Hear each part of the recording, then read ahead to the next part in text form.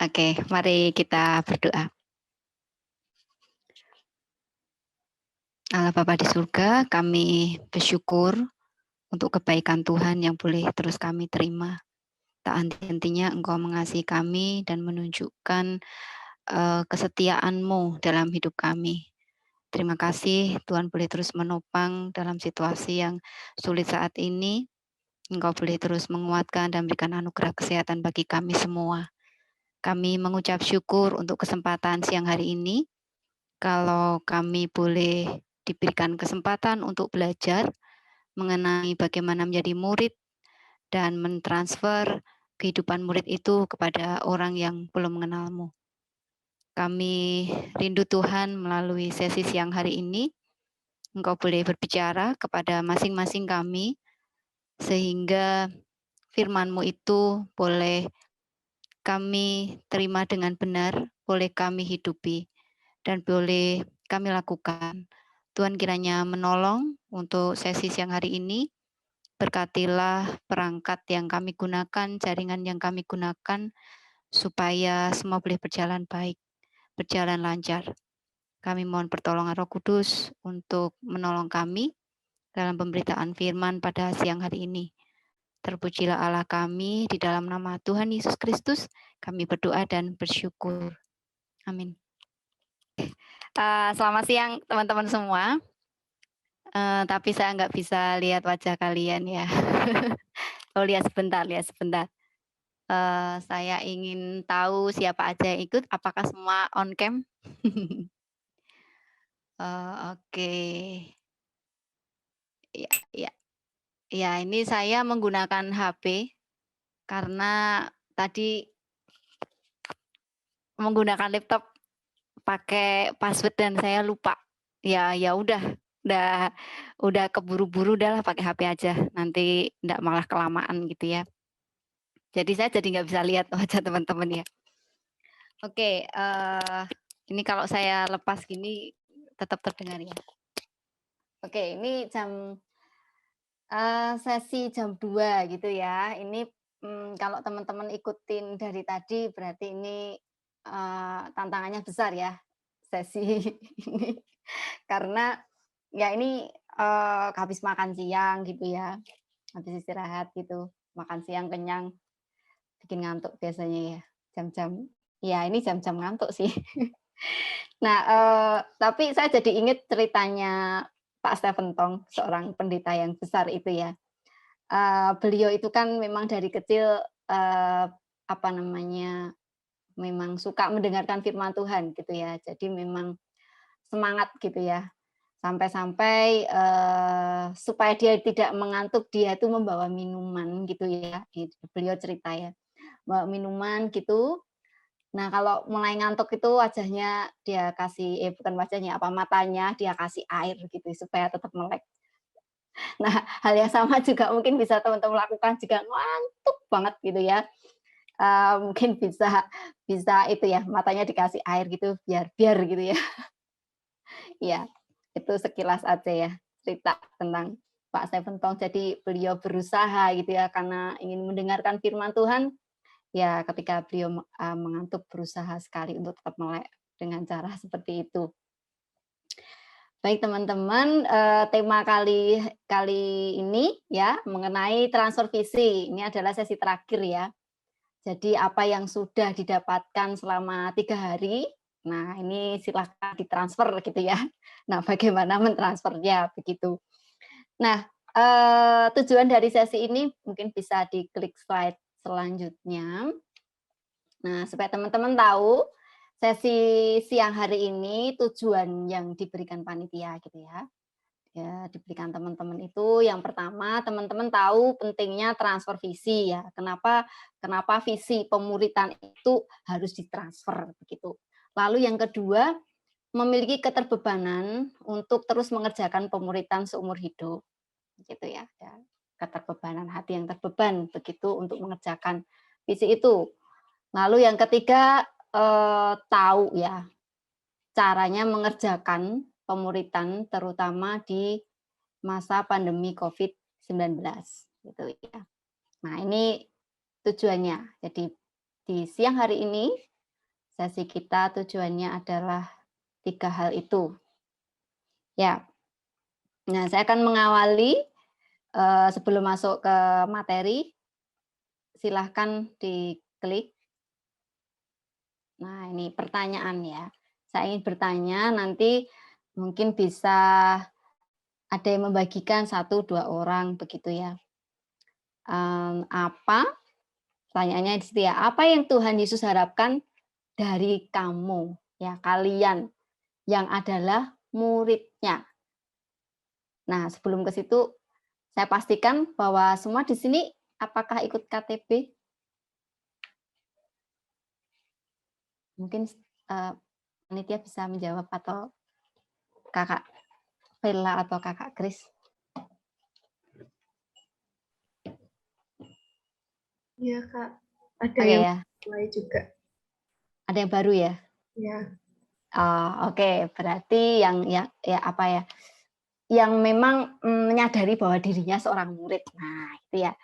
Nah, itu apa sih yang sebenarnya Tuhan Yesus harapkan ya, dari kalian ini yang adalah murid Kristus? Sebenarnya apa sih yang Tuhan Tuhan ingin gitu ya, yang ingin kalian lakukan sebagai murid itu harus gimana gitu ya. Nah, mungkin bisa di apa ya, bisa di-chat gitu atau teman-teman bisa membagikan gitu ya, boleh langsung open mic gitu ya, untuk menjawab pertanyaan ini. Nah, saya beri waktu untuk berpikir beberapa detik gitu ya. Kan sudah dibekali nih, selama 3 hari ya. Nah, pasti menangkap begitu ya, apa yang Tuhan Yesus harapkan dari seorang murid. Di sesi sebelumnya kan ada ya tentang arti menjadi murid, begitu, komitmen menjadi murid, ya itu yang saya tahu ya. Nah, silahkan, apakah ada yang mau atau saya tunjuk? Ini kalau belum terjawab, ini nggak lanjut ke next slide-nya.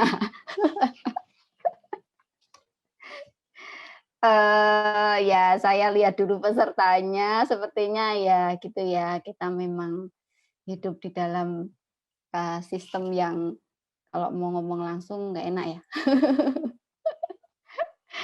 Oke, ini yang, saya ingin tahu dari Desri deh.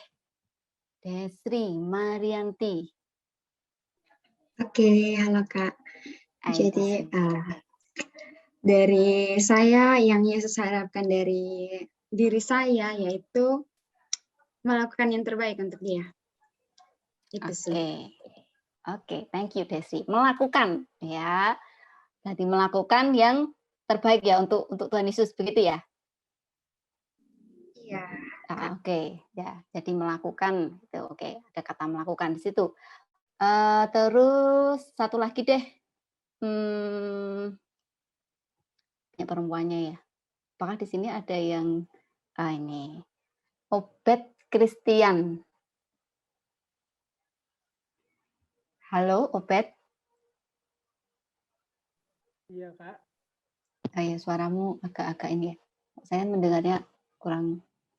Ya silakan Obed.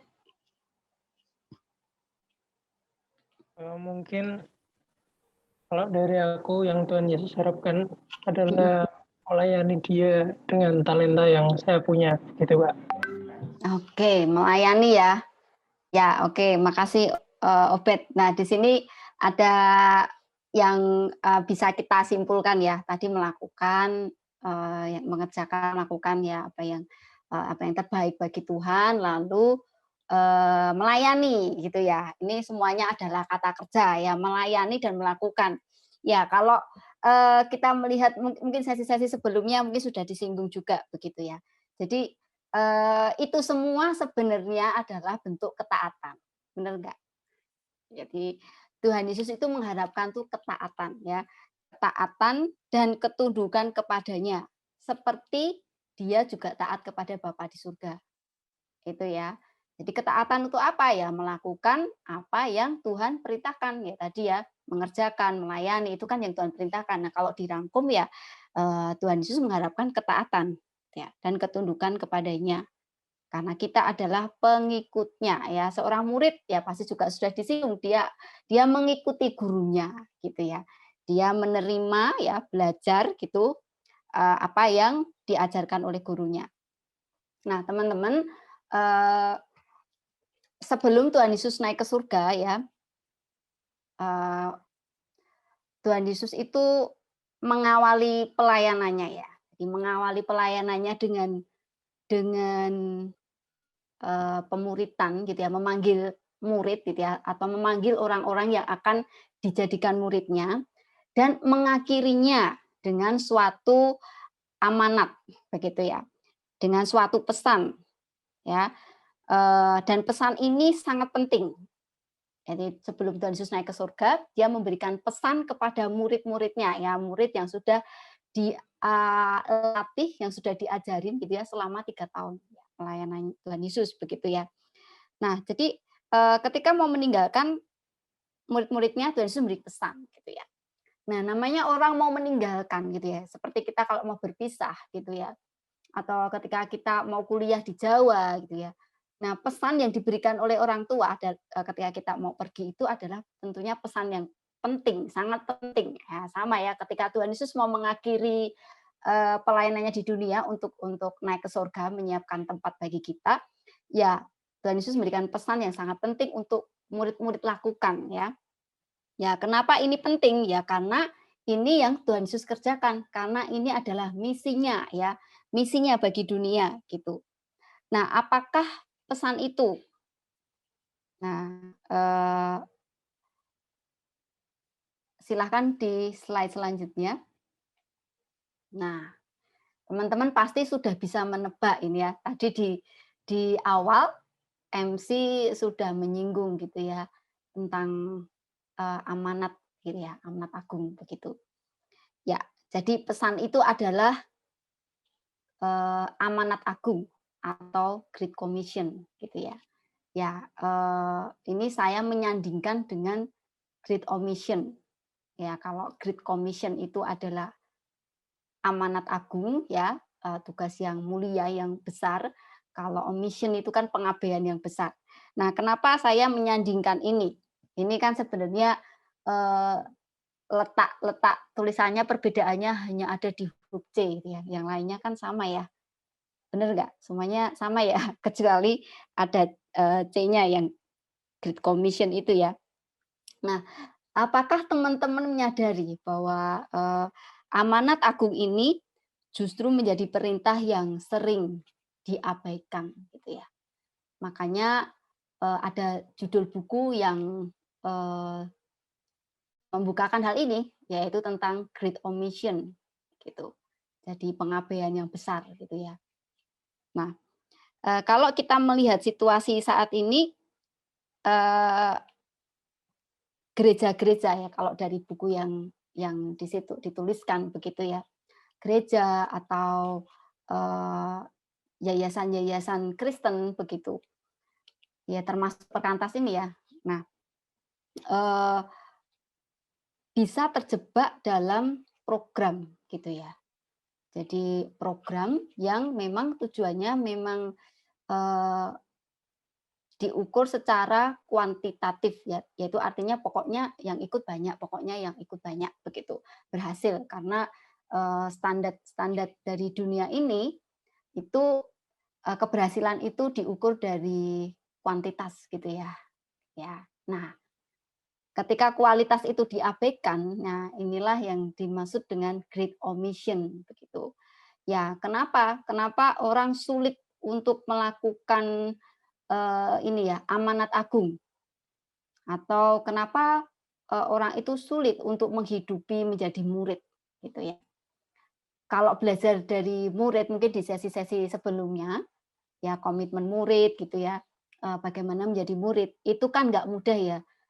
Nah, kebanyakan orang tuh pengennya terima keselamatan ya sudah selesai, gitu ya. Jadi terima keselamatan, saya sudah selamat, aman, sudah dapat jaminan ya sudah. Terus hidupnya ya udah, aku hidup ya udah ikutin aja, pokoknya hidup begitu ya, tanpa mau menjadi murid. Kenapa? Gitu ya. pertanyaannya kenapa gitu ya. Ya karena jadi murid itu kalau di Lukas gitu ya, di Lukas 14 gitu ya. Nah, ini ada di topik ketuhanan Kristus. Kan menjadi murid itu kan meninggalkan segala sesuatunya ya. Untuk menjadi murid itu harus berani meninggalkan segala sesuatunya, meletakkan segala sesuatunya untuk ikut Tuhan Yesus begitu. Dan ini tentunya harganya begitu mahal gitu ya. Ya, karena orang pikul salib, menderita, ya itu kan orang nggak mau ya. Banyaknya maunya ya terima keselamatan itu tanpa mau mengikuti apa yang Yesus ajarkan. Nah, ini yang dimaksud dengan Great Omission gitu ya. Jadi kekristenan yang hanya mau terima anugerahnya gitu ya, tetapi tidak mau melakukan apa yang diperintahkan Yesus. Nah, sebenarnya sedang mengikuti Yesus atau mengikuti diri sendiri, kan gitu pertanyaannya ya. Nah, ini yang menjadi masalah gitu ya. Gereja mungkin mengalami penurunan, terus pemuritan. Kalau saya baca di latar belakang surat yang diberikan kepada saya, ya situasi pemuritan sekarang sedang mengalami penurunan gitu ya. Nah, kita perlu cek gitu ya, perlu cek apakah kita sedang mengabaikan amanat agung ini juga gitu ya. Masing-masing kita perlu cek gitu ya. Kenapa terjadi penurunan? Kenapa saya tidak bersemangat KTB? Kenapa saya sulit PI gitu ya, membagikan Injil kepada orang lain? Nah, apakah saya sedang mengabaikan amanat agung ini? Begitu. Nah, setiap kita perlu menyadari ya, panggilan ini begitu besar. Kita semua dipanggil untuk menjadi murid yang ada di sini ya. Kita semua sudah menerima keselamatan dan kita dipanggil ya untuk hidup dalam keselamatan itu dengan menjadi murid ya. Nah, teman-teman, mari kita buka slide selanjutnya. Enggak usah buka Alkitab, ini sudah tertulis di situ. Kita baca ya. Ini amanat agung itu ya. Dari Matius 28 ayat 18 sampai 20. Minta seseorang untuk membacakannya.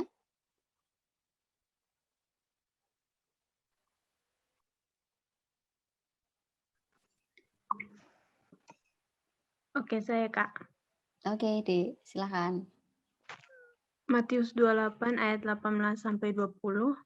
Yesus mendekati mereka dan berkata, "Kepadaku telah diberikan segala kuasa di surga dan di bumi. Karena itu, pergilah, jadikanlah semua bangsa muridku, dan baptislah mereka dalam nama Bapa dan Anak dan Roh Kudus. Dan ajarlah mereka melakukan segala sesuatu yang telah kuperintahkan kepadamu, dan ketahuilah aku menyertai kamu senantiasa sampai akhir zaman." Oke, terima kasih Dek. Ini karena saya nggak bisa lihat namanya. Terima kasih sudah membacakannya. Ya, jadi inilah amanat agung yang sering kali kita dengar gitu ya. Dan mungkin juga sering kali kita baca. Nah, tapi apakah hal yang sering kita dengar, yang kita baca ini kita sudah sungguh-sungguh melakukannya? Ya, kita akan melihat satu-satu ya. Kita ini memang domba yang sering lupa gitu ya. Jadi harus diingetin gitu ya. Kita lihat satu-satu ya di ayat 18. Ya. Yesus mendekati mereka dan berkata kepadaku, Yesus mendekati mereka dan berkata, "Kepadaku telah diberikan segala kuasa di surga dan di bumi." Ya, minta slide selanjutnya. Nah, pernyataan Tuhan Yesus ini memiliki implikasi. Apa sih implikasi Tuhan Yesus menyatakan bahwa segala kuasa ya otoritas itu baik di surga dan di bumi itu Tuhan Yesus punya gitu ya. Nah, ini mengimplikasikan bahwa Yesus yang berkuasa itu mengharapkan ketaatan karena dia yang berkuasa atas segala sesuatunya. Itu implikasi yang pertama. Lalu yang kedua adalah Yesus memberikan dukungan penuh. Jadi Yesus yang punya kuasa itu yang akan memberikan kuasa atau dukungannya untuk kita melakukan amanat agung ini. Gitu ya. Nah, selanjutnya, slide selanjutnya.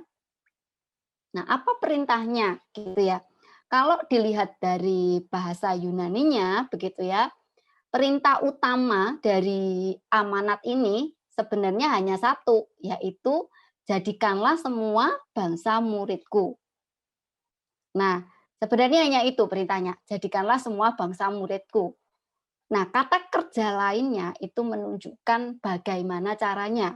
Nah, caranya dengan pergi, pergilah gitu kan, baptislah dan ajarlah.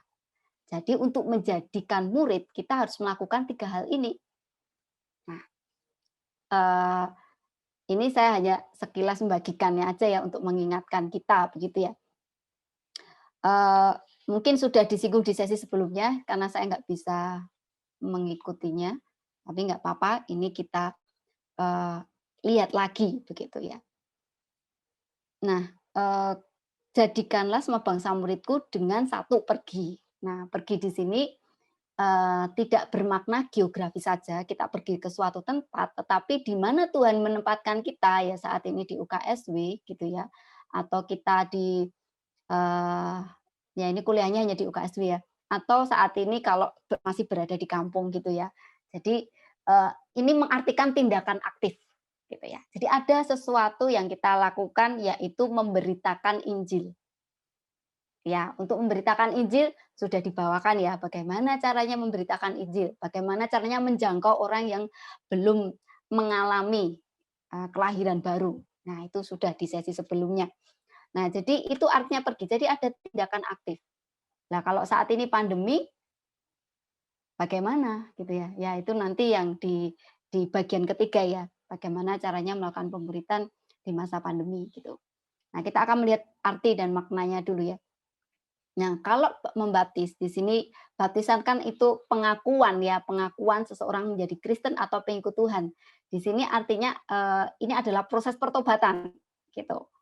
Jadi ya dengan apa? Ya tadi menginjili ya, terus melayani dalam pertobatannya. Jadi mengajak orang untuk mengenal Kristus begitu. Itu juga ada prosesnya ya. Jadi baptisan di sini mengajak orang untuk pada akhirnya berada pada akhirnya dia mengakui bahwa Yesus adalah Tuhan begitu ya. Lalu bagaimana menjadikan murid selanjutnya adalah ajarlah. Ya, ajarlah di sini artinya ya kan mengajarkan segala sesuatu yang Tuhan Yesus sudah perintahkan. Nah, di sini adalah proses yang panjang gitu ya atau proses pemuritan seumur hidup. Ya, artinya ya di sini ada pembinaan ya. Kalau kalian ikut KTP ada kurikulumnya gitu ya. Nanti setelah lulus begitu apakah sudah berarti selesai? Enggak, ya kita masih terus belajar firman Tuhan. Karena memang proses yang kita jalani di dunia ini adalah proses pengkudusan ya untuk kita menjadi semakin serupa dengan Kristus. Ya, tujuan tujuan pemuritan kan membentuk kita semakin serupa dengan Kristus.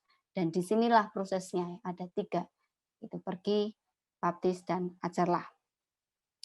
Nah, inilah visi pemuritan yang Tuhan ingin kita semua melakukannya. Nah, kita semua di sini dibina ya. Tadi mungkin ada beberapa yang masih baru begitu ya. Nah, silakan slide selanjutnya. Nah, ini supaya bisa melihat pentingnya pemuritan itu, saya ingin ada yang berbagi ya. Nah, semua sudah ngalamin nih pemuritan itu bagaimana. Mungkin ada yang baru setahun, 2 tahun, 3 tahun. Nah, coba dipikirkan apakah itu mempengaruhi hidupmu? Gitu ya. Nah, ini bisa diceritakan ya, bagaimana pengaruhnya dalam hidupmu. Jadi ini bisa menjadi kesaksian ya bagi teman-teman di sini gitu ya. Bagaimana pengaruhnya ketika teman-teman berada dalam atau mengerjakan gitu ya pemuritan itu. Ada yang bersedia membagikannya?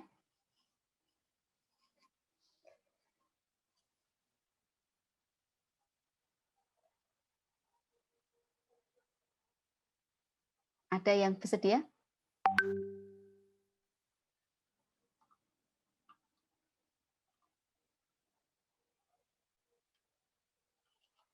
supaya saya tidak bicara terus ya. Silahkan mungkin ada yang ingin membagikan gitu ya, pengaruhnya pemuritan dalam hidupmu. Nah, kalau nggak ada pengaruhnya, wah, jangan-jangan belum menjadi murid gitu ya. Ada yang dengan rela hati dan sukacita ingin membagikannya? Mungkin nggak panjang-panjang ya, kan waktu kita juga terbatas. Mungkin 1 kalimat, 2 kalimat gitu ya, bisa bagikan supaya yang lainnya ketransfer semangatnya ikut pemuritan. Aku Kak, Oke deh, silakan. ya apa ya Kak? Pengalaman dalam pemuridan, bagaimana pengaruhnya dalam hidupmu? Eh, aku merasa pengaruhnya luar biasa gitu ya Kak. Dulu aku eh, apa ya nggak mau untuk memuridkan orang lain, padahal aku udah dimuridkan gitu ya Kak. Terus pertama-tama aku merasa kenapa ya harus memuridkan orang lain begitu ya Kak. Terus apa pentingnya dan manfaatnya ketika kita memuridkan orang lain. Nah, ternyata ketika berjalannya waktu, aku pernah merasa titik di mana haus untuk apa ya, membagikan firman itu kepada adik-adik. Punya kerinduan untuk adik-adik itu bisa merasakan ini loh yang sebenarnya Tuhan mau, terus apa ya, kenikmatan Tuhan sampai aku pernah menangisi adik-adik itu, Kak. Dan aku baru pernah seumur hidup maksudnya menangisi orang untuk mau bertumbuh begitu. Dan aku nggak nyangka perasaan itu bisa ada begitu untuk apa ya punya kerinduan, punya keinginan untuk adik-adik itu bisa merasakan firman itu sendiri.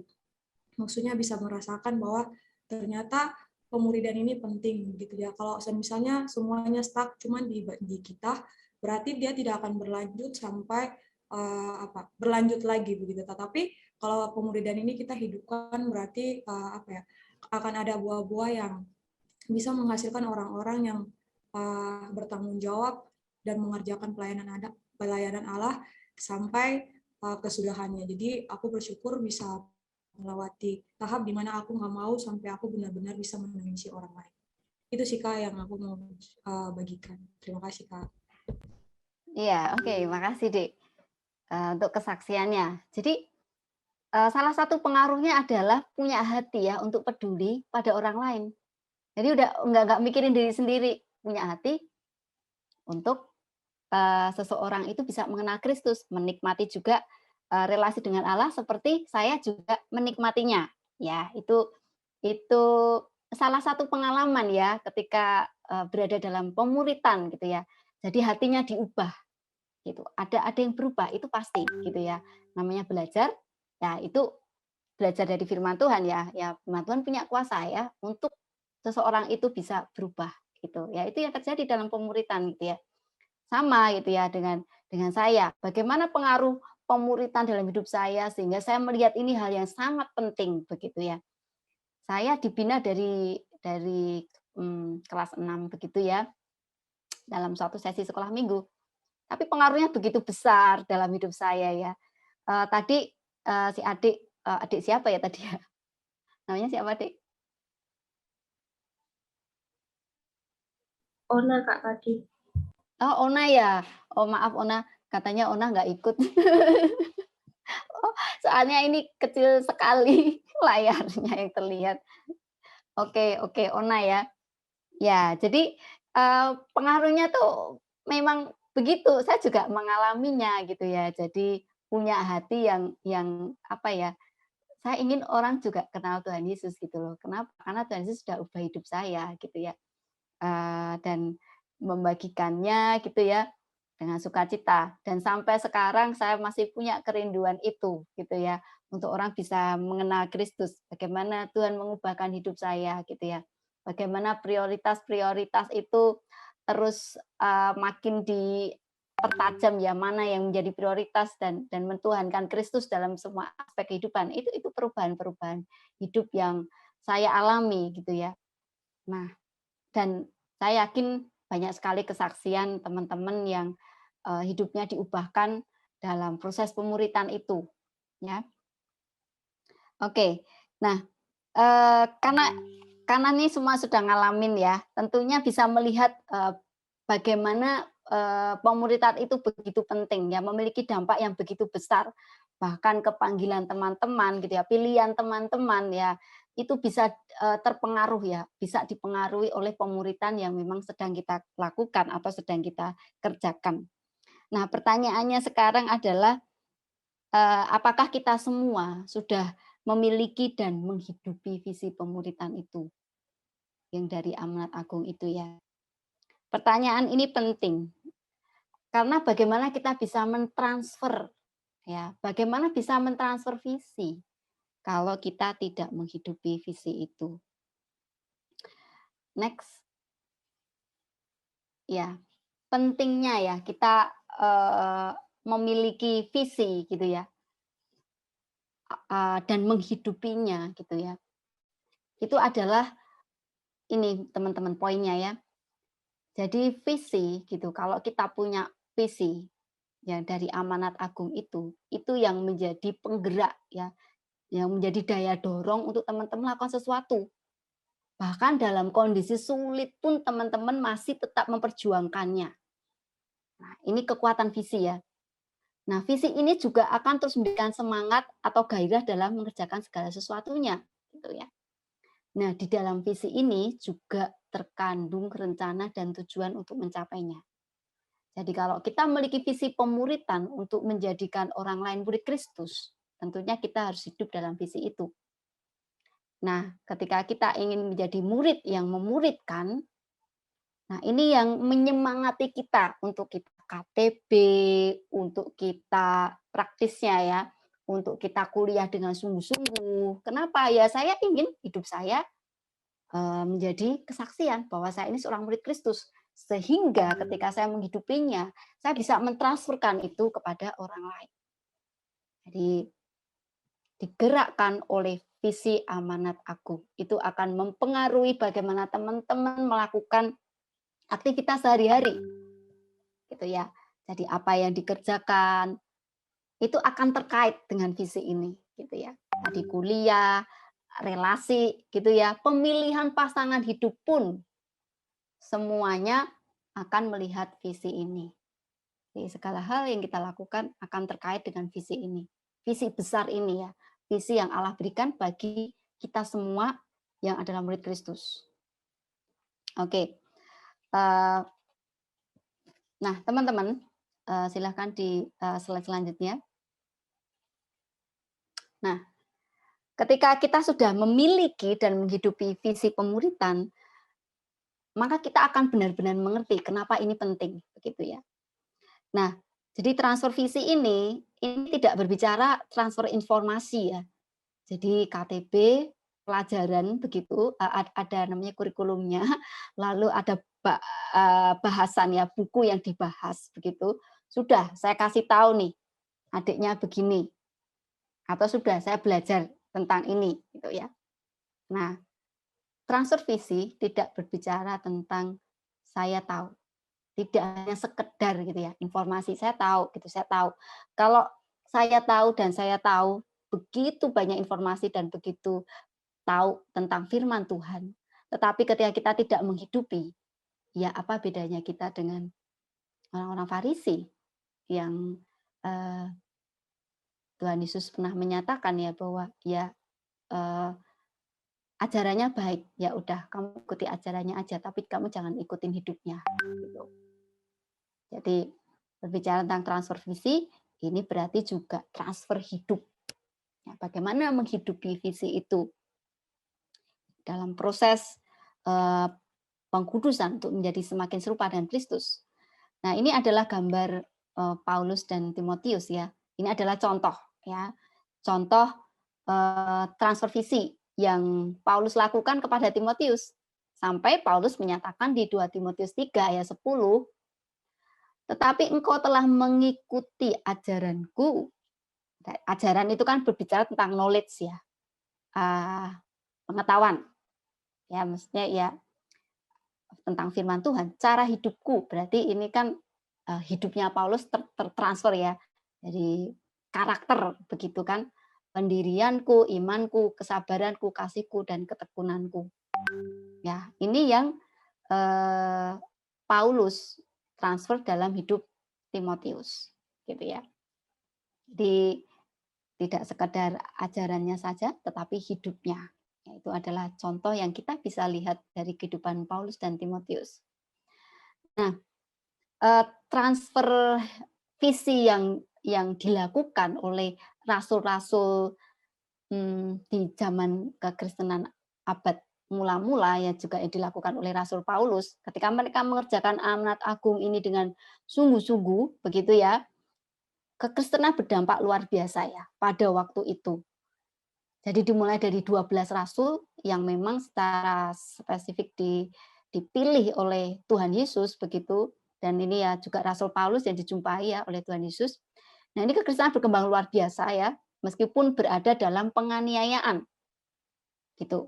Kenapa? Bisa berkembang luar biasa, bahkan sampai agama dijadikan agama wajib ya di Kekaisaran Romawi yang pada waktu itu menguasai dunia ini, begitu ya. Kenapa bisa sampai seperti itu? Ya karena mereka menangkap visi itu begitu penting. Ketika menangkap visi itu begitu penting, nah mereka para rasul gitu ya atau murid Tuhan ini mengerjakan sungguh-sungguh meskipun dalam derita dan aniaya. Ya pada waktu itu memang kekristenan memang berada dalam masa penganiayaan gitu ya. Nah, next. Nah, ini ya. Jadi kenapa penting ya? Tentunya mereka menangkap hal ini. Yang pertama adalah bentuk ketaatan kepada Tuhan Yesus Kristus. Gitu. Nah, ketika mereka menjadikan Kristus sebagai Tuhan ya, artinya mereka hidup di bawah kuasa ya, atau di bawah pimpinan atau takluk ya, atau tunduk kepada tuannya ya Tuhan yaitu Yesus Kristus. Jadi bentuk ketaatan gitu. Karena mereka sudah mengalami keselamatan itu gitu ya. Jadi pentingnya transfer visi karena ini adalah bentuk ketaatan. Ketika kita ikut Tuhan, itu artinya kita bersedia melakukan apa yang Tuhan perintahkan. Gitu ya. Yang kedua, mengerjakan amanat agung. Ya, ini yang menjadi misi Allah bagi dunia ini ya. Jadi memang Allah mengutus Tuhan Yesus Kristus untuk datang ke dunia ini ya untuk menjadi agen pendamai di mana Tuhan Yesus bisa membawa orang datang kepada Bapa di surga gitu ya. Sehingga manusia itu kembali dipulihkan memiliki relasi dengan Allah sehingga kerajaan Allah itu bisa dihadirkan ya atau menghadirkan shalom gitu ya. Itu menjadikan murid Kristus artinya menghadirkan kerajaan Allah gitu ya di dunia ini. Ya, di kitab Injil Tuhan Yesus sering menyinggung ini ya, khotbah dari Tuhan Yesus adalah tentang kerajaan Allah gitu ya. Di mana Allah lah yang bertahta dan berdaulat begitu. Nah, lalu pentingnya transfer visi kemudian adalah nah ini kalau bentuk kekristenan itu tanpa pemuritan gitu ya, yang terjadi adalah hanya berupa gerakan, aktivitas, program tanpa transformasi kekal. Jadi ya yang penting program berjalan begitu ya. Dan yang penting banyak orang yang datang gitu ya. Tanpa transformasi kekal ya, perubahan hidup itu terjadi gitu. Nah, next. Nah, seorang teolog Kristen ya ini mungkin teman-teman juga sudah pernah mendengar gitu ya di tahun 1930-40-an lah gitu ya. Nah, ini Dietrich Bonhoeffer gitu ya, seorang teolog ini menyatakan seperti ini ya, karena dia melihat keprihatinan bahwa banyak orang mengabaikan amanat agung ini. Ya, dia menyatakan seperti ini, Christianity without discipleship is always Christianity without Christ. Gitu ya. Jadi perkataannya itu begitu tajam. Kekristenan tanpa pemuritan adalah kekristenan tanpa Kristus. Ya mungkin teman-teman bisa merenungkannya. Gimana? Kekristenan tanpa pemuritan adalah kekristenan tanpa Kristus. Ya, jadi orang Kristen belum tentu dia adalah seorang murid, gitu ya. tapi seorang murid Kristus itu pasti orang Kristen. Ya, arti Kristen kan sebenarnya adalah pengikut Kristus gitu ya. Kalau di Perjanjian Baru itu kata murid itu disebutkan sekitar 200 sekian, 260 ya kalau nggak salah 264 kali. Itu kata murid itu disebut. Jadi ini adalah penting gitu ya dibandingkan dengan kata Kristen. Ya, karena Kristen itu pada waktu itu adalah julukan ya untuk pengikut Kristus begitu. Jadi kekristenan tanpa pemuritan itu ya kekristenan tanpa Kristus. Ya, bisa bayangkan banyak orang Kristen ya di dunia ini, tapi apakah sungguh-sungguh menjadi murid Kristus? Apakah sungguh-sungguh menghidupi ajaran-ajaran Kristus? Atau hanya mau menerima keselamatannya yang dia berikan gitu ya. Oke. Jadi transfer visi itu begitu penting dan hal ini nggak akan pernah terjadi kalau kita tidak menghidupinya gitu ya. Jadi untuk mengerjakan transfer visi ini dimulai dari mana? Apakah sesudah di KTB 4 tahun terus saya kasih tahu adik KTB orang yang menjadi yang akan saya muridkan gitu ya, untuk saya ajak, atau dimulai dari ketika saya mengambil keputusan untuk mengikut Kristus. Next. Ya. Ya, tentunya transfer visi itu dimulai dari ketika kita mengambil keputusan untuk menjadi murid. Jadi tidak tiba-tiba begitu ya. Jadi ada prosesnya. Nah, hidup dalam visi pemuritan gitu ya. Bagaimana begitu? Nah, ini terjadi dalam proses pemuritan dari petobat baru begitu ya. Lalu menjadi murid gitu. Lalu di training untuk dipersiapkan untuk memuridkan orang lain atau membuat murid. Nah, ini semua ada prosesnya, tidak mungkin langsung di tahap akhir gitu ya, langsung memberitakan gitu kan, enggak ya. Tapi di sini ada tahapannya gitu ya, yang perlu kita tahu dan mungkin juga sudah dibahas di sesi sebelumnya ya. Nah, ini kualitas murid yang perlu dihidupi untuk kita bisa mentransfer visi itu gitu ya. Kalau sekarang saya sedang memulai atau sedang ikut KTB awal-awal, ya ayo kita hidupi.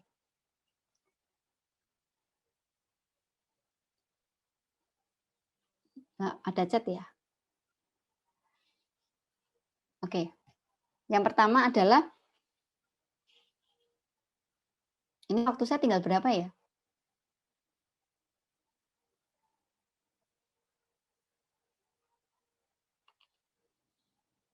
Halo? Apakah saya sampai 3:30? Tinggal 18 menit, Kak. 15 menit ya? Ya. Oke, ya. Oke. Terima kasih, Dek. Ya, hidup dalam visi pemuritan. Ya, sebelum mentransfer gitu ya. Jadi, kalau sekarang adalah adik KTB, maupun ya sebagai PKTB, CPKTB, ya ini yang harus terus-menerus kita hidupi gitu ya. Ya, yang pertama adalah seorang murid adalah seorang yang mau terus diajar dan belajar akan kebenaran firman Tuhan. Gitu ya. Jadi itu yang pertama. Yang kedua, seorang murid mengarahkan hidupnya kepada Kristus, mentuhankan Kristus dalam segala aspek hidupnya. Ya, oke, terima kasih Astri. Lalu seorang murid yang meneladani Kristus, ya karakter Kristus gitu. Lalu seorang murid yang punya hati untuk menjadikan orang lain murid Kristus. Ya, keempat hal ini kan terus-menerus didengung-dengungkan ketika teman-teman KTB gitu ya, ketika teman-teman ikut di PU gitu ya. Nah, hal-hal ini tuh terus-menerus kita hidupi ya. Kita belajar ya, kita mau diajar dan menghidupinya itu. Oke, next. Nah, mari kita melihat ketika kita sudah menghidupi itu kualitas murid gitu ya. Nah, Lalu bagaimana kita bisa mentransfer gitu ya visi itu gitu ya. Bagaimana cara memulainya, bagaimana strateginya gitu. Nah, kita akan belajar dari Tuhan Yesus yang sudah memberikan amanat agung itu kepada murid-muridnya. Nah, yang pertama adalah Tuhan Yesus itu berinvestasi pada sedikit orang. Nah, ini sering menjadi pertanyaan, kenapa enggak apa ya, enggak langsung aja sih orang dikasih tahu kayak KKR gitu ya, terus semua selamat gitu ya.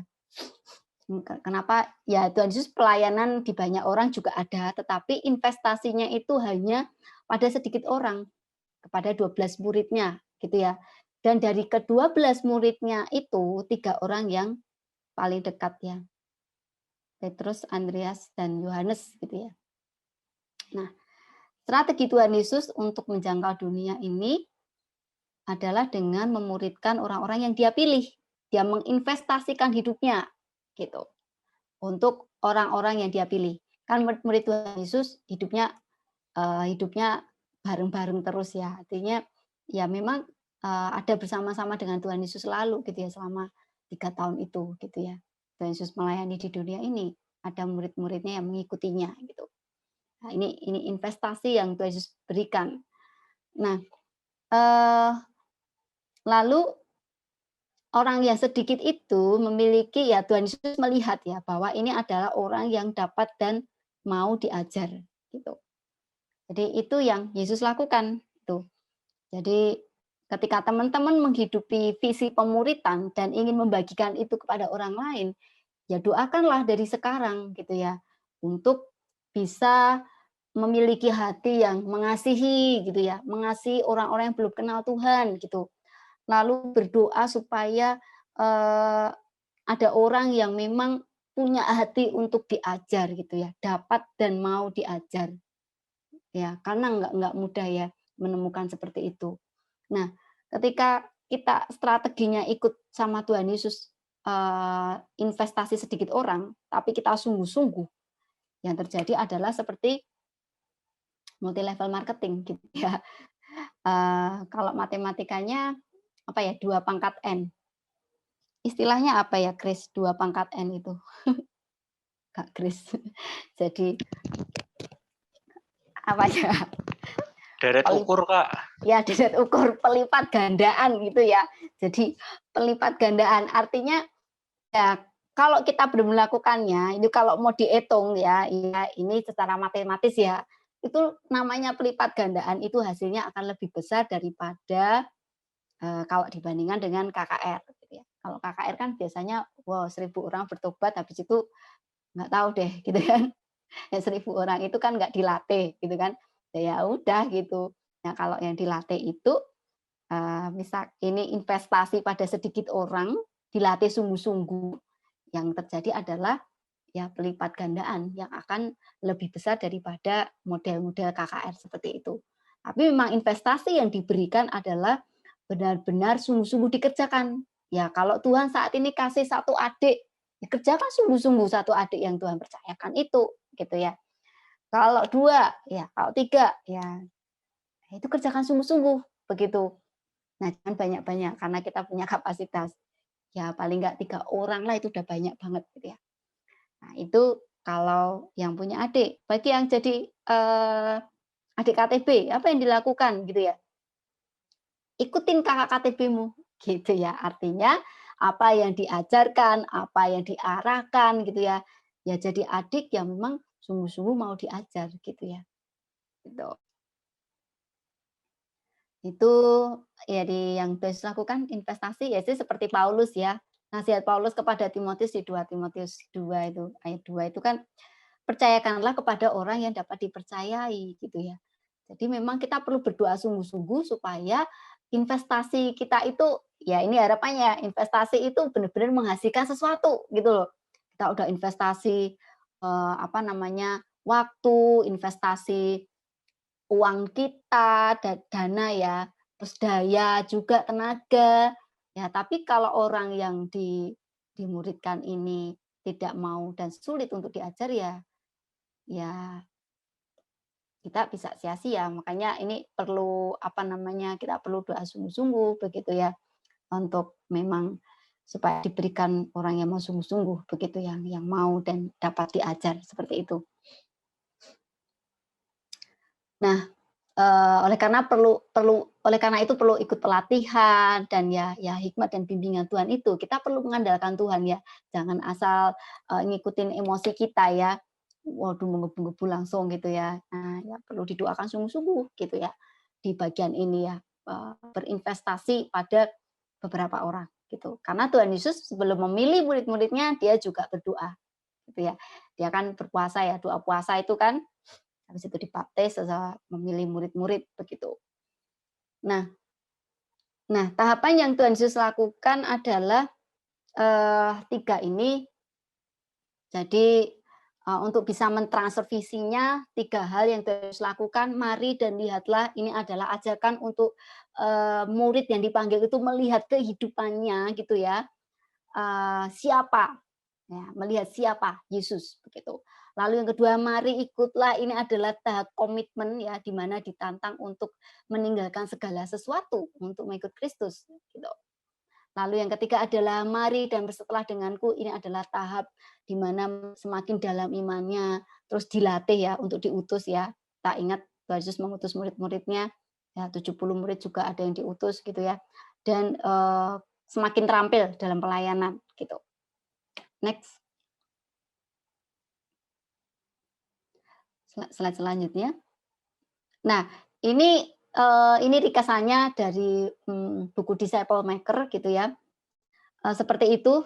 Mari dan lihatlah, kalau diaplikasikan sekarang ya ini mengajak ya, ngajak persekutuan, memperkenalkan siapa Yesus. Ya, tahapan ini perlu dilakukan gitu ya.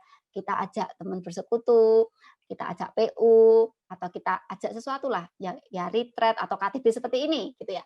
Lalu mari dan ikutlah. Nah, di sini adalah mulai menantang untuk ikut dalam KTB gitu ya. Nah, lalu di KTB itu kan ada proses pemuritan gitu ya. Terus yang terakhir adalah mari dan bersertalah denganku. Nah, di sini adalah tahap memperlengkapi ya untuk adik-adik siap diutus begitu.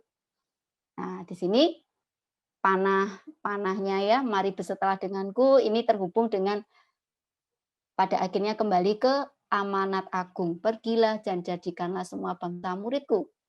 Jadi itu tahapannya yang Tuhan Yesus lakukan. Gitu ya, begitu seterusnya.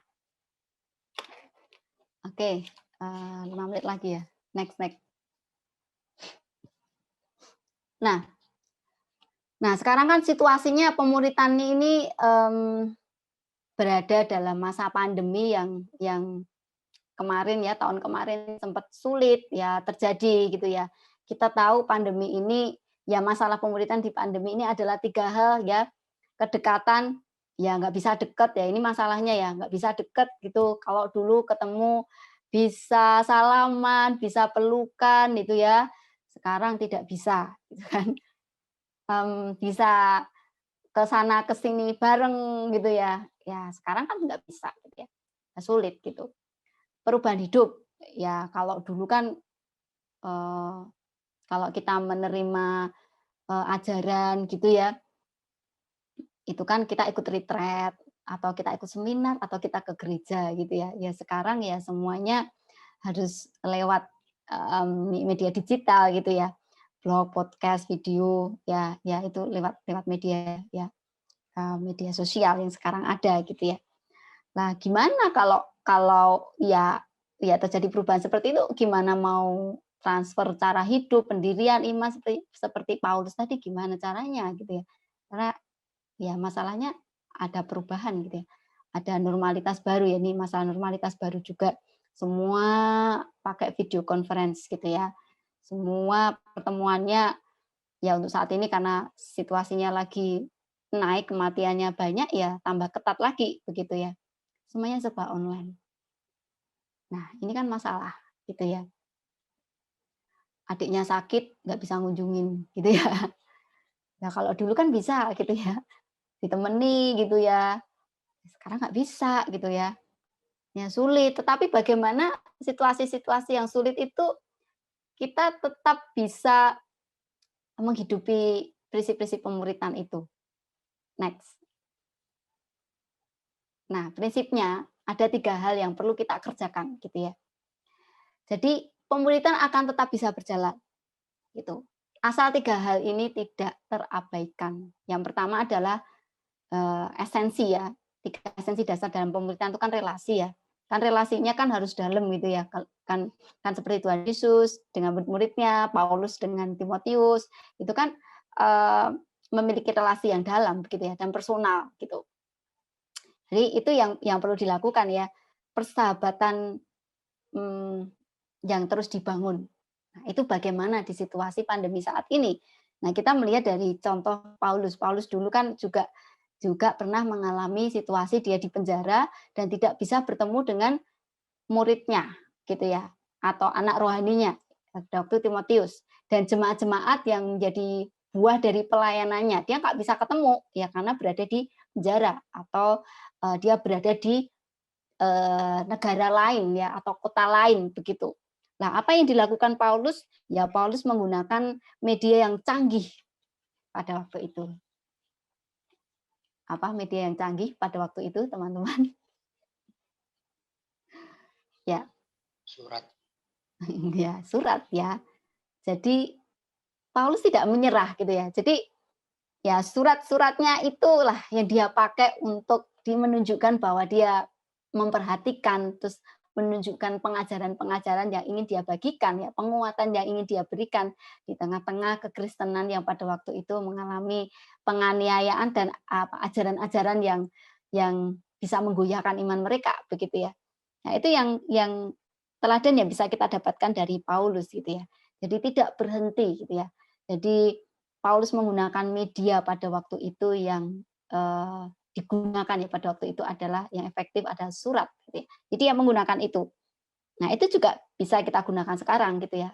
Ya, kita punya peluang besar sekali. Kalau surat zaman dulu kan mungkin nyampainya lama juga begitu ya dan nggak bisa ketemu. Tetapi sentuhan-sentuhan emosinya itu bisa dapat gitu ya. Nah, itu luar biasanya. Nah, kalau sekarang ya hal yang praktis banget yang bisa kita lakukan ya udah menggunakan media yang ada. Ya WA, kalau sinyal susah ya ditelepon gitu ya. Kalau telepon susah ya bisa email, ya apapun caranya intinya kita tetap terkonek begitu ya. Nah, relasi yang mendalam itu ya selain apa namanya, kita mungkin menanyakan kabar, kita menanyakan pokok doa. Nah, itu bisa dibangun dengan ketika ada pertemuan. Ya, ketika memiliki kesempatan untuk bertemu secara online begitu ya, baik lewat Zoom atau Skype, Google Meet dan sebagainya. Nah, ada 4 unsur yang perlu ada di dalam pertemuan itu. Ya, yang pertama adalah berbagi penyembahan. Nah, di sini artinya gini, mungkin ada lagu-lagu yang menjadi theme song pergumulan kita ya. Kalau saya sih biasanya kalau KTP ya saya membagikan lagu yang ini theme song saya begitu ya. Ya kenapa ya kadang saya juga jelaskan tapi kadang juga enggak sih. Jadi lagu ya berbagi penyembahan, berbagi pergumulan gitu ya. Lalu berbagi pengajaran ya ya itu jelas ya karena sudah ada buku yang dipelajari begitu. Lalu berbagi persekutuan dan berbagi pelayanan. Nah, berbagi persekutuan di sini juga bisa membagikan apa yang dialami gitu ya. Ya makanya sekarang kalau online lebih banyak mendengarkan juga begitu. Jadi misalkan 2 jam ya 1 jam sharing, 1 jam kita berbagi ajaran gitu ya. Ya itu supaya relasinya dalam gitu. Karena disitulah kita tahu pergumulannya. Kalau tahu pergumulannya, kita mendoakannya, kita menemaninya, menyemangatinya, seperti itu ya. Ya mungkin juga ada PR-PR lain yang perlu kita kerjakan juga di dalam komunitas itu.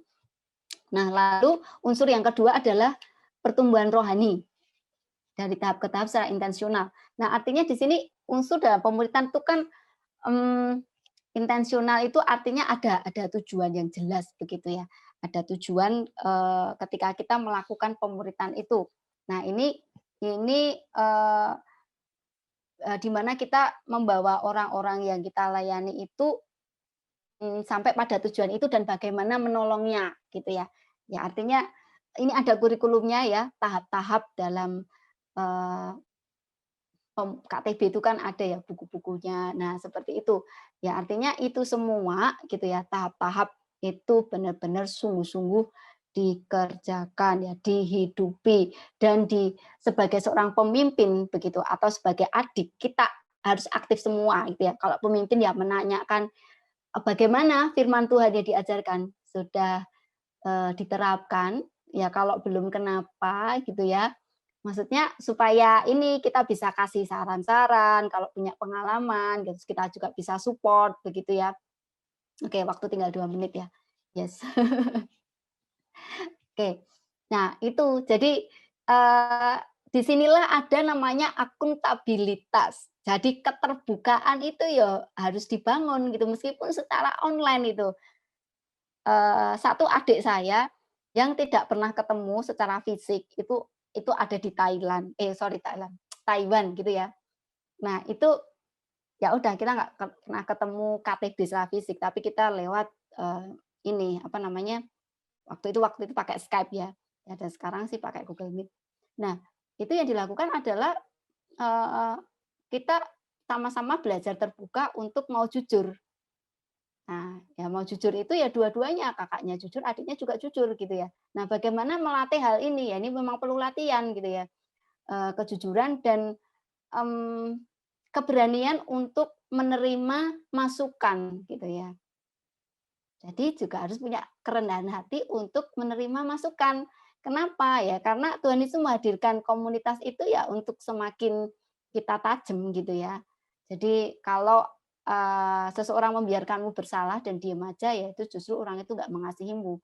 Tetapi ketika orang itu tahu kamu salah dan dia mau terbuka, mau kasih tahu dan mau bantu, ya justru itu orang yang peduli akan hidupmu. Jadi jangan sakit hati kalau kakaknya negur gitu ya, malah jujur kasih masukan, ya justru malah seneng karena kamu dipikirkan dan diperhatikan gitu. Nah, terus itu ya kalau jadi adik kita punya hati untuk mau mendengarkan gitu ya. Ya dan sebagai kakak kita juga proaktif untuk gimana penerapanmu. Ya jangan sampai kita hanya pada kurikulum begitu ya. Yang penting sudah 6 bab tercapai gitu ya. Tapi diterapkan enggak gitu ya.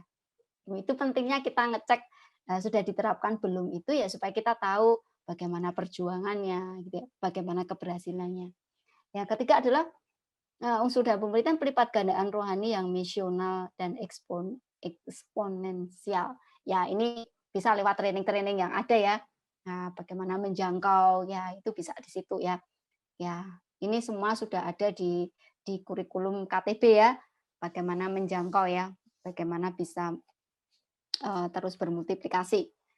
Oke, next. Nah, kesimpulan ya di sesi ini ya.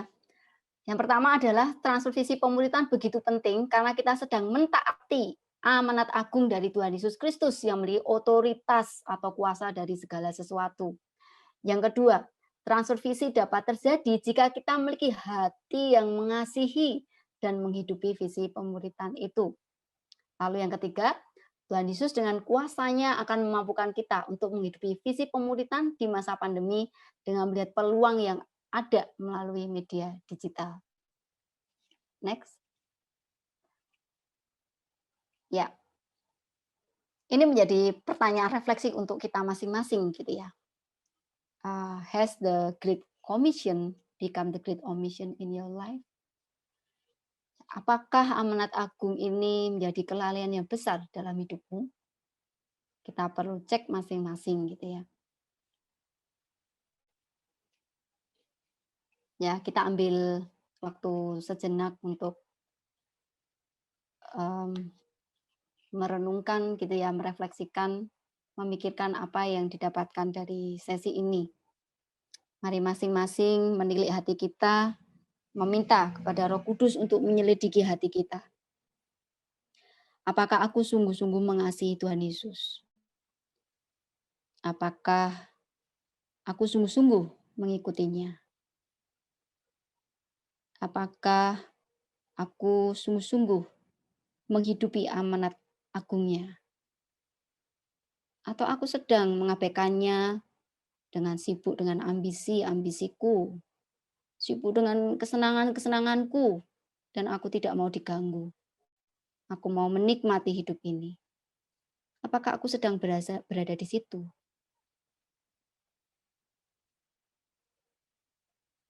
Dosa apa yang perlu saya akui di hadapan Allah? Bagaimana dengan pemuritan yang saya kerjakan? Bagaimana dengan KTP yang saya ikuti?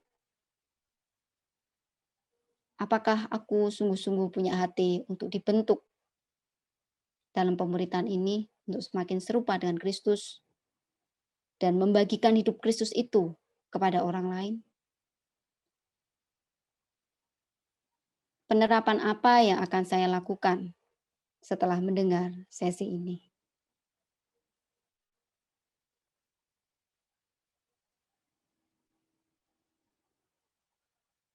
Mari kita berdoa.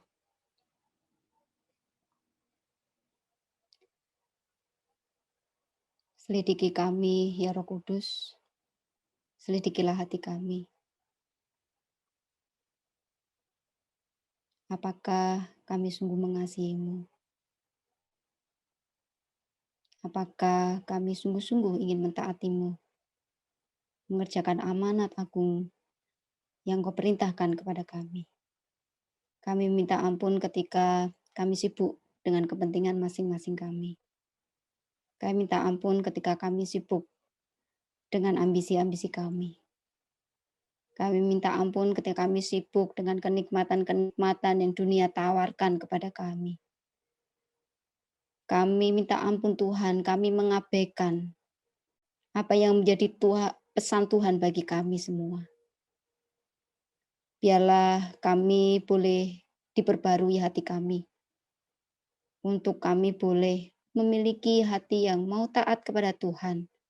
Hati yang mengasihi Engkau, mengasihi orang-orang yang kami layani, mengasihi jiwa-jiwa yang terhilang. Berikanlah kami kasih-Mu yang besar itu kepada kami. Jadikanlah kami murid yang setia, murid yang menekuni panggilan-Mu, murid yang menghasilkan murid. Sehingga misi-Mu boleh terjadi atas dunia ini. Kerajaan Allah, Shalom boleh dihadirkan di dunia ini. Dan Allah boleh berdaulat, Allah yang memerintah atas dunia ini. Terima kasih Tuhan untuk waktu ini. Kami percayakan apa yang kami kerjakan semuanya, supaya kami terus sungguh-sungguh di dalam Tuhan. Supaya kami setia mengikuti-Mu. Di dalam nama Tuhan Yesus Kristus kami berdoa dan bersyukur. Amin. Oke. Terima kasih Kak Chandra untuk materinya dan untuk doanya.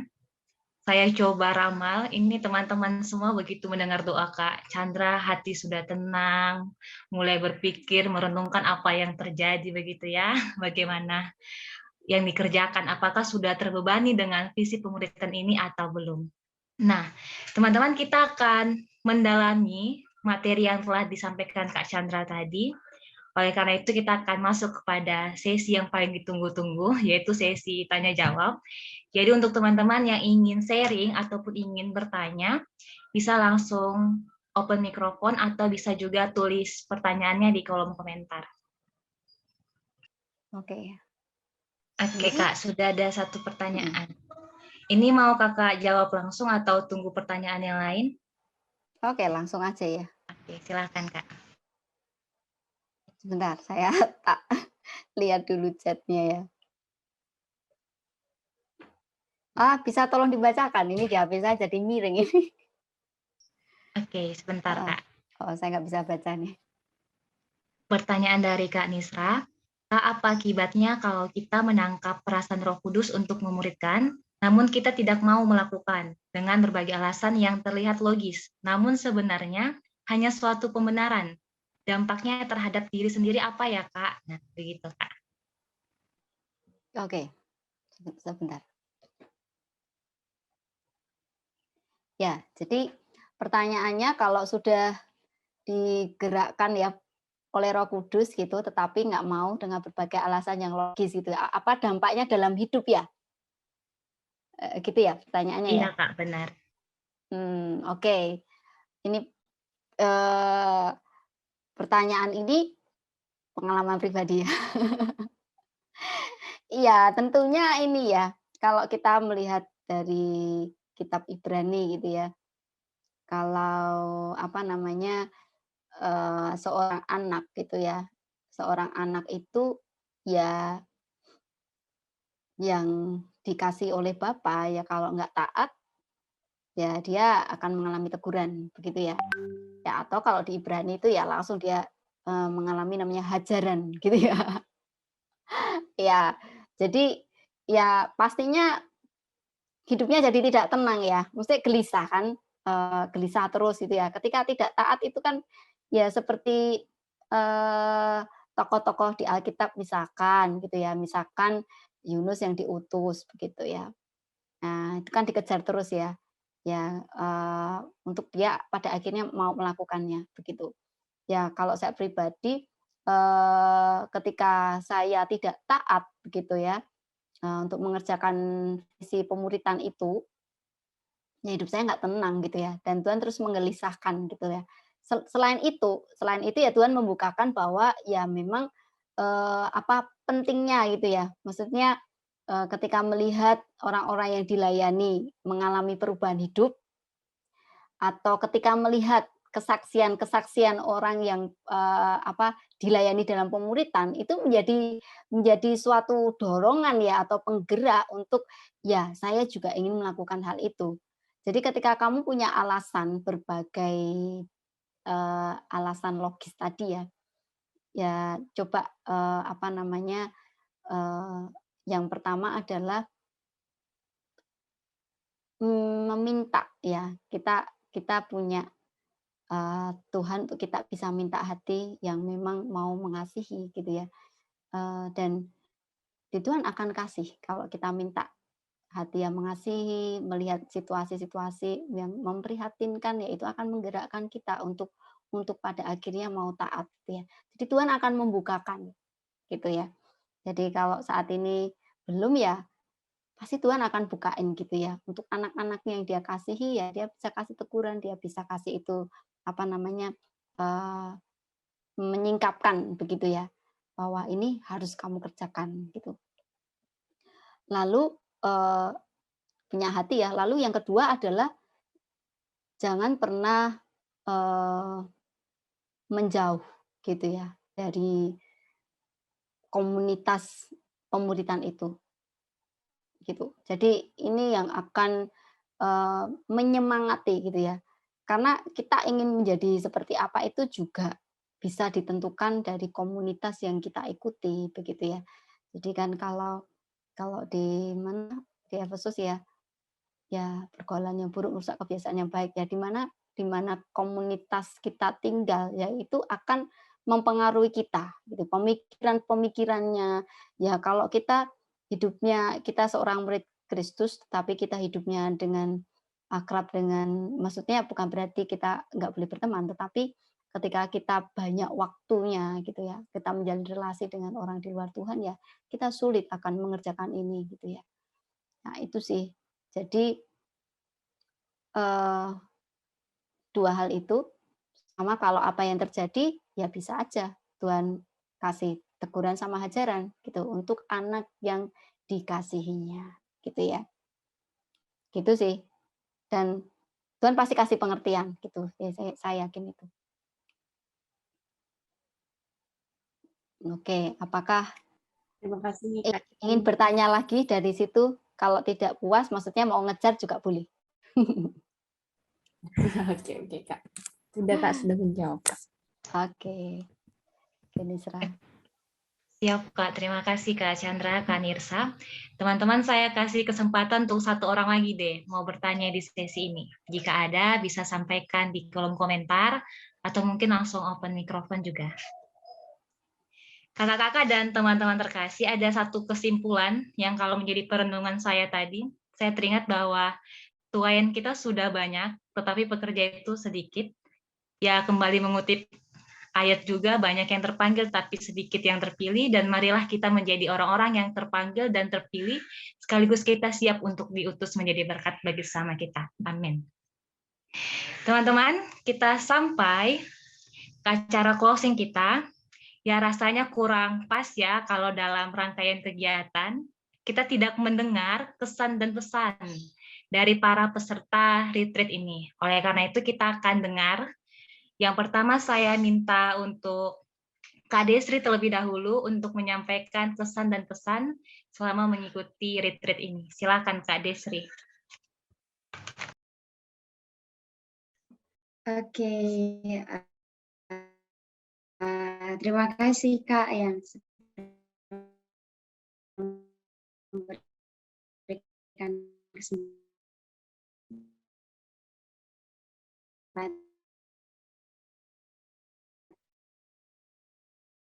untuk membutuhkan untuk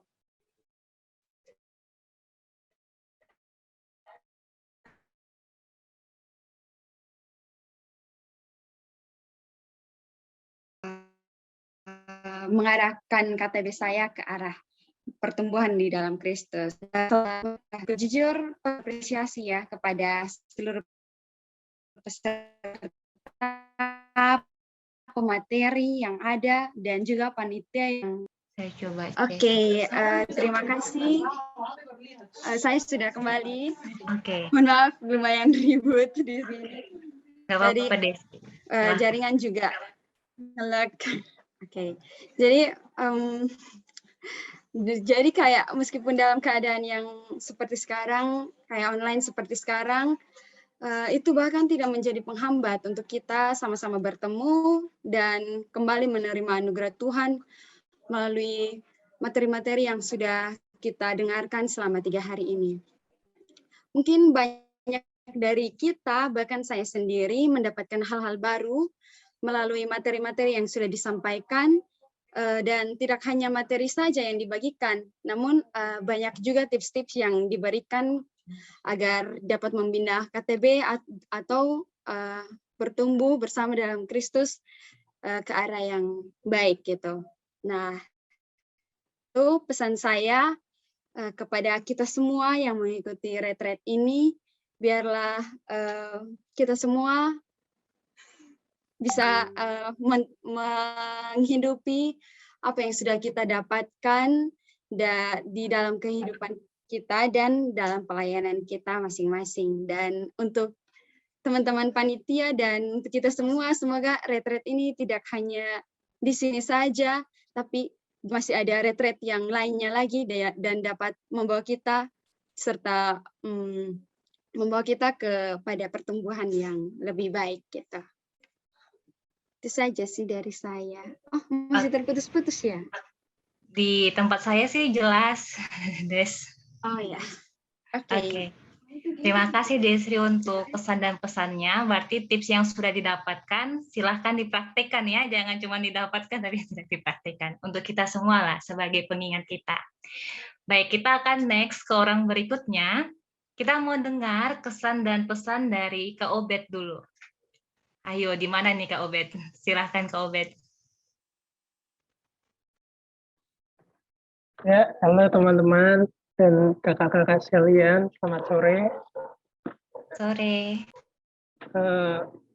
Sebenarnya kalau kesan dan pesan, kesannya aku sangat bersyukur bisa ikut di acara retreat KMK dan kebetulan baru pertama kali dan tidak menyangka ternyata agak tertampar banyak sekali pembelajaran kekristenan yang aku belum paham begitu. Dan selama 3 hari ini banyak hal yang bisa aku petik baik itu dalam pemuritan ataupun dalam pertumbuhan iman dalam Kristus. Dan pesannya semoga ada lagi acara retreat seperti ini sehingga saya bisa ikut dan bisa semakin bertumbuh di dalam iman. Gitu. Terima kasih. Terima kasih Kak Obed. Panitia silakan catat ya, semoga retreat kita ada lagi begitu. Baik, kita next ke orang berikutnya. Kita mau dengar dulu kesan dan pesan dari Kak Rio. Silahkan Kak Rio.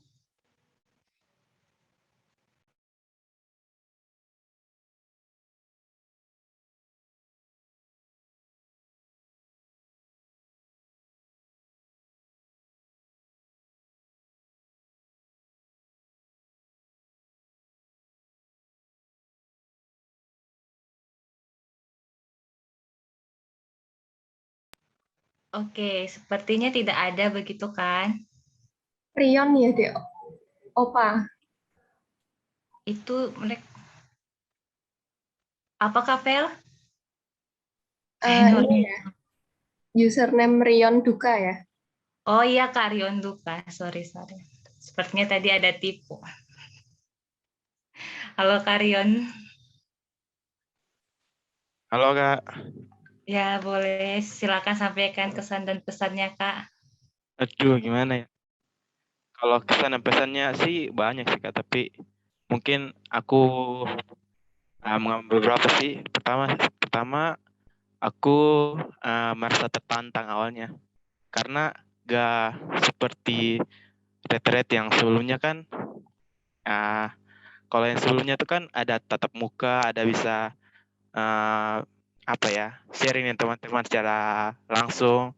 Tapi kalau di untuk retret kali ini kan sedikit berbeda ya Kak. Jadi menurutku sih cukup tertantang dan banyak hal baru yang aku bisa dapat, dan banyak firman Tuhan yang cukup mengajarkan aku untuk bahwa apa yang aku pelajari selama ini masih kurang gitu Kak, untuk bagaimana harus lebih mendalami firman Tuhan ataupun harus punya kesadaran untuk bagaimana setelah lulus bisa memuridkan teman-teman yang lain begitu Kak. Mungkin itu sih Kak.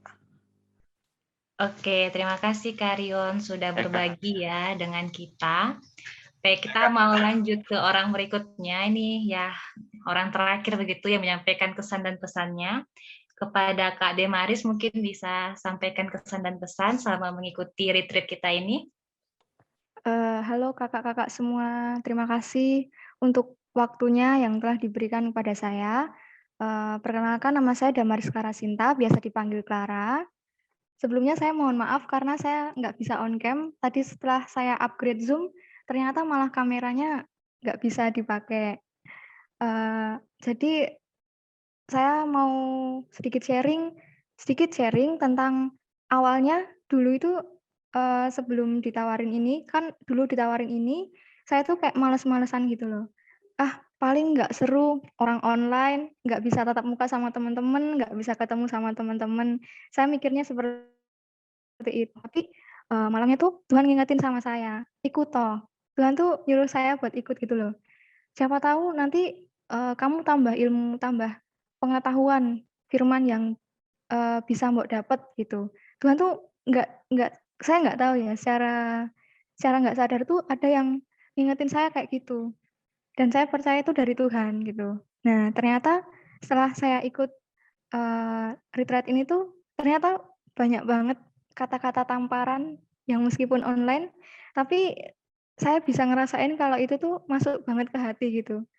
Bener-bener diingatin sama Tuhan yang saya kayak egois, masih memperjuangkan diri saya sendiri itu dengan kekuatan saya sendiri. Jadi lebih kayak masih belum begitu mengandalkan Tuhan. Tapi di sini saya benar-benar kayak mendapat rema dari Paulus itu yang dia meskipun banyak rintangan, banyak hambatan, tapi Tuhan tetap memampukan Paulus untuk menjadi murid yang mau memuridkan. Jadi seperti itu. Untuk kesan dan pesannya ternyata seru dan banyak pengetahuan firman yang saya dapat. Nggak nyangka Tuhan tuh ngingetin saya lewat acara ini gitu. Semoga teman-teman semua tetap semangat memberitakan kabar sukacita Injil kepada sesama. Selamat melanjutkan ibadah dalam kehidupan sehari-hari Dan saya juga berterima kasih kepada panitia, semangat selalu untuk pelayanannya. Terima kasih, Tuhan Yesus memberkati. Terima kasih Mbak Damaris. Nah, Ya, saya Kak. mengapresiasi Mbak Damaris ini jujur begitu ya, kalau tadi malas tapi mau keluar nih dari zona nyamannya. Nah, ada 2 orang sih tadi yang sebut kata tamparan. Nah, saya teringat bahwa tamparan yang kita dapatkan dari kata-kata itu kadang lebih masuk ke hati begitu kan daripada tamparan dari tangan. Jadi mari semua ilmu yang telah kita pelajari bersama dalam retreat ini bukan hanya berhenti sakitnya ketika ditampar, tetapi kita kan tidak mau ditampar lagi begitu kan. Jadi kita harus mengaplikasikannya dalam kehidupan kita sehari-hari. Baik teman-teman, kita akan masuk ke puncak acara kita, yaitu doa pengutusan. Jadi saya minta mohon kesediaan dari Kak Chandra untuk memimpin doa pengutusan agar kita semua dipersiapkan untuk mendapatkan visi pemuritan tersebut. Silakan Kak Chandra.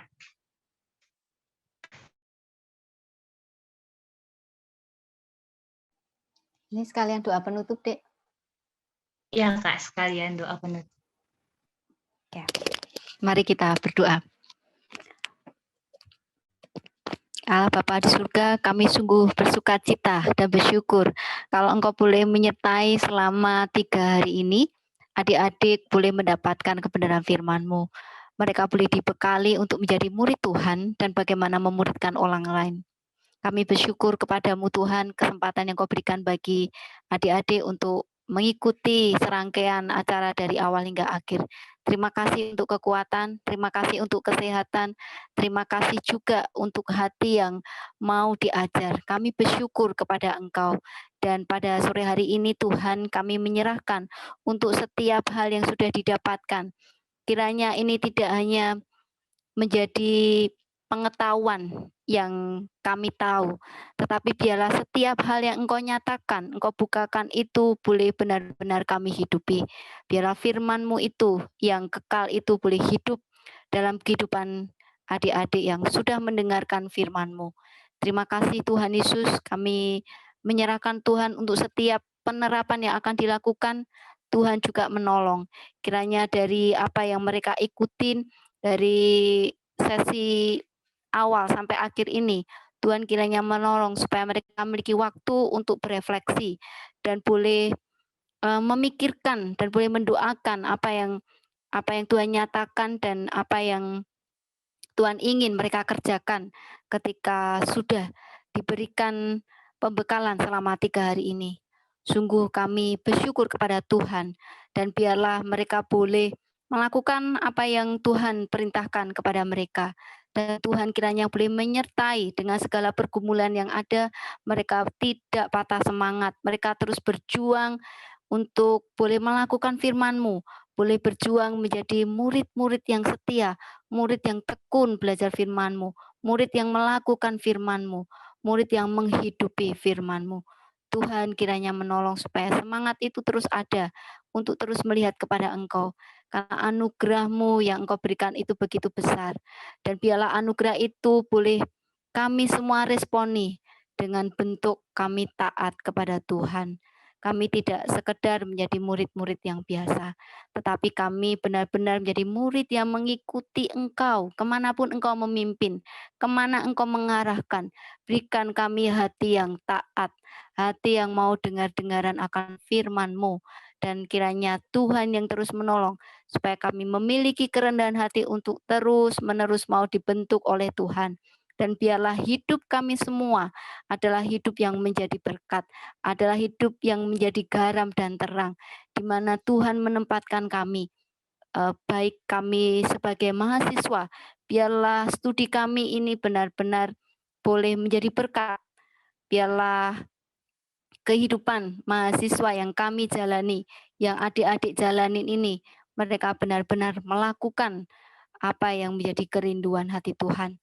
Mahasiswa yang berdampak, mahasiswa yang sungguh-sungguh dengan bidang studi yang ditekuninya, sehingga nanti boleh menghasilkan sarjana-sarjana yang takut akan Tuhan, boleh menghasilkan sarjana-sarjana yang memiliki ilmu yang tinggi, sehingga mereka boleh dipakai Tuhan untuk pekerjaan Tuhan, boleh menjadi dampak dimanapun Tuhan menempatkannya, boleh berkontribusi dengan ilmu yang dimiliki. Sebagai murid Kristus di perkantas ini, Tuhan yang terus juga menolong supaya adik-adik boleh tetap setia mengikuti proses pemuridan yang ada dan terus dimampukan dan terus berjuang untuk taat. Kami menyerahkan juga untuk pergumulan-pergumulan yang lain, baik sebagai tanggung jawab sebagai anak, tanggung jawab sebagai pengurus, tanggung jawab sebagai suatu kepanitiaan, Tuhan yang menolong supaya tanggung jawab yang dipercayakan itu benar-benar dikerjakan sehingga mereka boleh menjadi saksi Tuhan di tengah-tengah dunia ini, dunia yang sudah jatuh dalam dosa ini. Mereka boleh bersinar di dalam kegelapan itu dan mereka boleh menjadi saksi Tuhan yang boleh menyatakan kebaikan dan kemurahan Tuhan. Terima kasih Tuhan, kami mempercayakan hidup kami semua. Biarlah kami menjadi anak-anak Tuhan yang membawa perubahan di mana Tuhan menempatkan kami semua. Terima kasih Tuhan, biarlah transformasi itu terus terjadi dalam hidup kami. Biarlah proses pengkudusan itu boleh terus terjadi dalam hidup kami. Sehingga kami ketika dipanggil Tuhan, kami boleh diterima dan boleh didapati sebagai hamba yang setia, hamba yang rajin dan setia. Terpujilah Allah kami, segala hormat dan kemuliaan hanya bagi Engkau. Di dalam nama Tuhan Yesus Kristus, kami berdoa dan bersyukur. Amin.